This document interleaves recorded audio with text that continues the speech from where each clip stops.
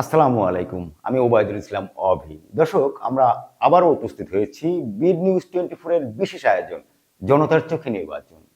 আজকে আমরা অবস্থান করছি যশোরের মনিরামপুরে সংসদীয় আসন 5-এ। নির্বাচনে আর মাত্র কয়েকদিন বাকি। রাজনৈতিক দলগুলো এখন শেষ মুহূর্তের প্রচারণায় ব্যস্ত। তবে নির্বাচন মানেই শুধু দল ও প্রার্থী নয়, এই ভোটের আসল শক্তি সাধারণ মানুষ। তারা কি ভাবছেন, তাদের প্রত্যাশা চাহিদাই বাকি। চলুন জেনে নেওয়া যাক তৃণমূলের মানুষের মতামত।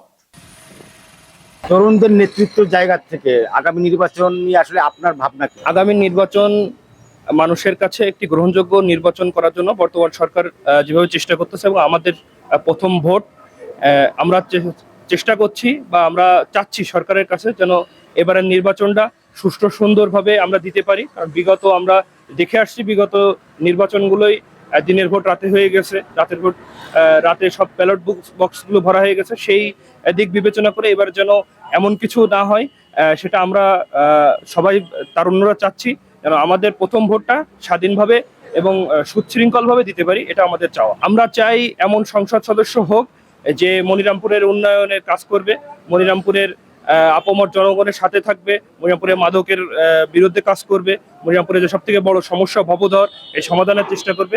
বিগত শত বছর কোনো ভোটের মাঠে যাইতে পারি নাই, বিভিন্ন পেশি শক্তি ওখানে কাজ করত, বিভিন্ন ধরনের হস্তক্ষেপ থাকতো। তো আমরা সাধারণ জনগণ, সর্বস্তরের জনগণ, আমরা সবাই চাই আমরা আনন্দে এবং স্বাচ্ছন্দ্যে এই ভোটটা আমরা দিব এবং আমরা যে যোগ্য প্রার্থী সেই যোগ্য প্রার্থীকে ভোট দিয়ে আমরা নির্বাচিত করব এবং আমরা আগামীর একটা সুন্দর বাংলাদেশ চাচ্ছি, যে বাংলাদেশে কোনো হানাহানি থাকবে না, যেখানে কোনো পেশি শক্তি থাকবে না এবং আমরা সবাই আনন্দের সঙ্গে ভোট দিতে যাব। সুস্থভাবে নির্বাচন হোক, আমরা চাই গন্ডগোল ফ্যাসাদ না হয়, আমরা সেটুকু চাচ্ছি। যেমন প্রার্থী হলে ভালো হয়, ভালো পেতে পারে ভালো হয়। কি ভালো তার আমরা ধরো চলতে পারি, হ্যাঁ, যাতে ঝুঁক ঝামেলা না আসে, ঝামেলা না আসে, সেই না পাত্র চাচ্ছি আমরা প্রার্থী। আমি আগামীতে ভোট চাই, আমি যেন এমন এমন ভোট চাই যে ঈদের ময়দানে যাতে যাচ্ছি যেমন ভোটটাও তেমন তেমন হয়, বুঝতে পারছেন? এইরকম ধরনের ভোটটা চাই আমি। মনিরামপুর তো সমস্যা আছে, বিভিন্ন ধরনের সমস্যা তো মনিরামপুর আছে। তাদের কাছে চাওয়া পাওয়াটা আমাদের বেশি কিছু না, আমাদের কাছে সততা ভাবে করলে না চাওয়া পাওয়াটা এই ডিসকাউন্ট আমাদের কাছে বেশি ভালো মনে করি। যে কোনো সমস্যা সমাধানে একটু গেলাম, তাহলে একটু আদর যত্নটা এই এত ডিসকাউন্টের জিনিস চাই আমরা, চাওয়া পাওয়ার দিক থেকে আমরা বেশি চাই না এমন ধরনের।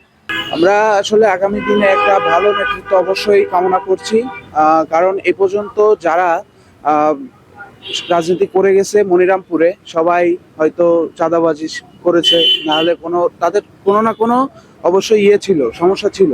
আমরা তরুণ সমাজ হিসেবে এইটুকু চাবো যে আগামীতে যেই নির্বাচনে জয়লাভ করুক না কেন, যাতে সুষ্ঠু একটা রাজনীতি আমরা পাই।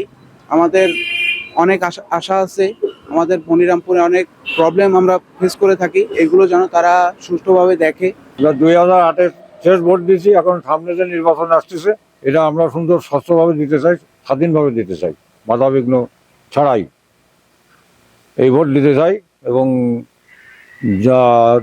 যার জনপ্রিয়তা সর্বোচ্চ এবং যে জনগণের সাথে তার সম্পৃক্ততা আছে তাকেই আমরা ভোট দিতে চাই, যে জনগণের উন্নয়নমূলক কাজ করতে চাই বা স্থানীয় জনগণের সাথে যার ভালো সম্পর্ক আছে। ভালো একটা নির্বাচন সুস্থ মতন আমরা ভোটের মাঠে সুস্থভাবে যাতে ভোট দিয়ে আসতে পারি, যেন সুস্থভাবে নির্বাচনটা যেন ভালো হয়, বাংলাদেশের জন্য কোনো গ্যাঞ্জাম ফ্যাসাদের জন্য না হয়। আমরা মনিরামপুরে একটা সুস্থ নির্বাচন চাই, যে আমরা ভোটটা সুস্থ দিতে পারি।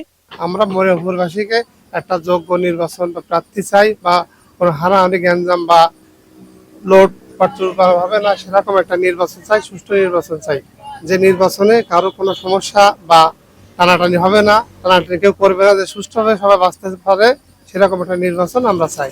সব নিরপেক্ষ প্রার্থী যে লোক আছে আমাদের সাধারণ পাবলিকের জন্য সবসময় ভালো থাকবে, সেরকম লোক চাই আমরা। একদম নিরপেক্ষ ভোট হোক, সুস্থভাবে ভোট হোক, আমরা তাই চাই। যে আমরা যে দিন মজুরি, আমাদের যাতে চলতে ফিরতে রাস্তাঘাটে সমস্যা নাই। এখন এই যে এই বিচলির দাম ছিল আগে 3032, এখন কিনতেছে 4500 4000। সমস্ত মাল জিনিসের দাম বৃদ্ধি হয়ে যাচ্ছে। আমরা যাতে সবচেয়ে খাইয়ে করে বাঁচতে পারি সেরকম প্রার্থী চাই বা সেরকম ভোট চাই। সুস্থ নির্বাচন হোক, যে কোনো সরকার ক্ষমতায় যেতে আমাকে ভালো চাই। মানুষ কি ভাবছেন, তারা কাদের উপর আস্থা রাখছেন, তা জানা যাবে ভোটের মাঠে। তবে ভোটাররা এবার সচেতন। তারা মাদক মুক্ত সমাজ চায়, তারা পরিবর্তন, উন্নয়ন তিনটেই মূল্যায়ন করেছেন। জনতার চোখে নির্বাচনের দ্বিতীয় পর্বে এটাই ছিল জনতার কথা। আগামী পর্বে আরেকটি নির্বাচনী এলাকার বাস্তবতা তুলে ধরতে আমরা আসছি। ততক্ষণ পর্যন্ত ভালো থাকুন, সুস্থ থাকুন, বীর নিউজ 24 এর সঙ্গেই থাকুন। আল্লাহ হাফেজ।